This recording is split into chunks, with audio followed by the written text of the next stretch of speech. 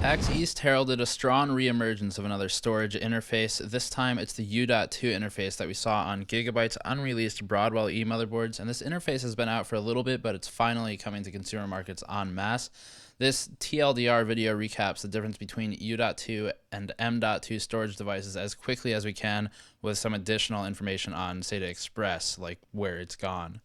Before that, this PAX content is brought to you by CyberPower PC, awarded Reader's Choice by PC Magazine for gaming desktops.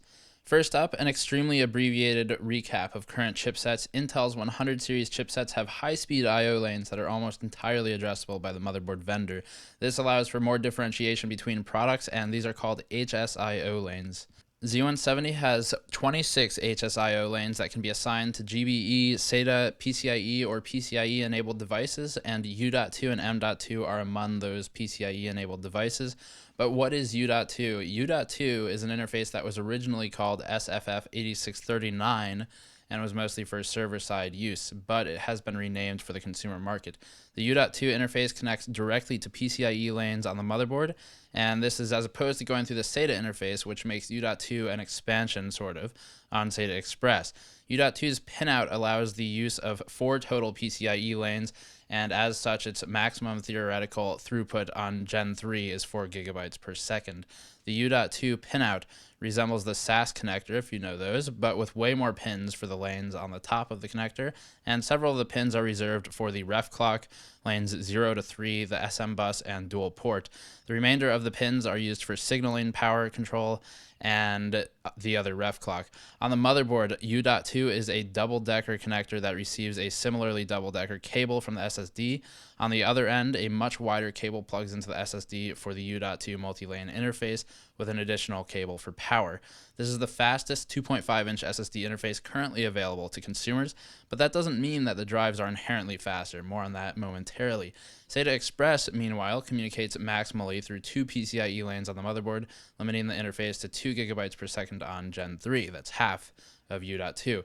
SATA Express will become a dead and abandoned standard in short order as the industry continues to ignore its existence and moves fully to M.2 and U.2 interfaces along with normal PCIe SSDs. The SATA Express standard cannot communicate through 4 PCIe lanes, and that is its primary limitation and weakness. For reference, SATA, the normal interface, the L-shaped one, has a maximum theoretical throughput of 600 megabytes per second, which comes down to about 550 per second after the overhead is accounted for. SATA does not utilize PCIe, which is a small advantage for anyone maxing out their chipset's lane count, but keep in mind that chipset storage lanes are not the same as GPU lanes, so even multi-GPU configurations may not conflict with NVMe or PCIe SSDs. It does depend on your configuration, though, and it depends on what platform you're using in the future. M.2 then is the most comparable to U.2. It's capable of the same 4-lane throughput for storage devices, but takes a significantly larger footprint on the motherboard physically, and limits users purely by physical space on the board. U.2 interests us because it can be stacked, where current SATA connectors are, PCIe lanes allowing anyway, and you could theoretically run several 2.5-inch U.2 SSDs where M.2 may not allow.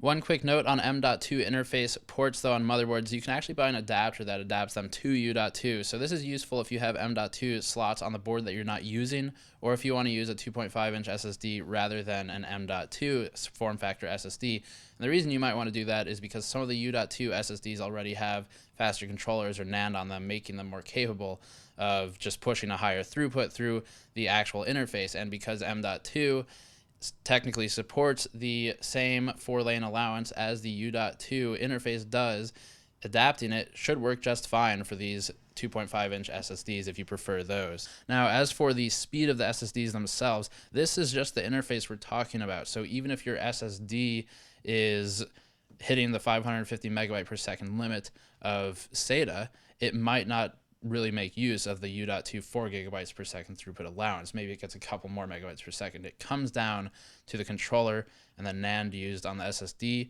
and unless your SSD is rated for higher speeds, it won't actually make use of these higher speed interfaces. But these are important because they allow for higher speed SSDs to be made in the future and moving forward with new controllers and NAND technology.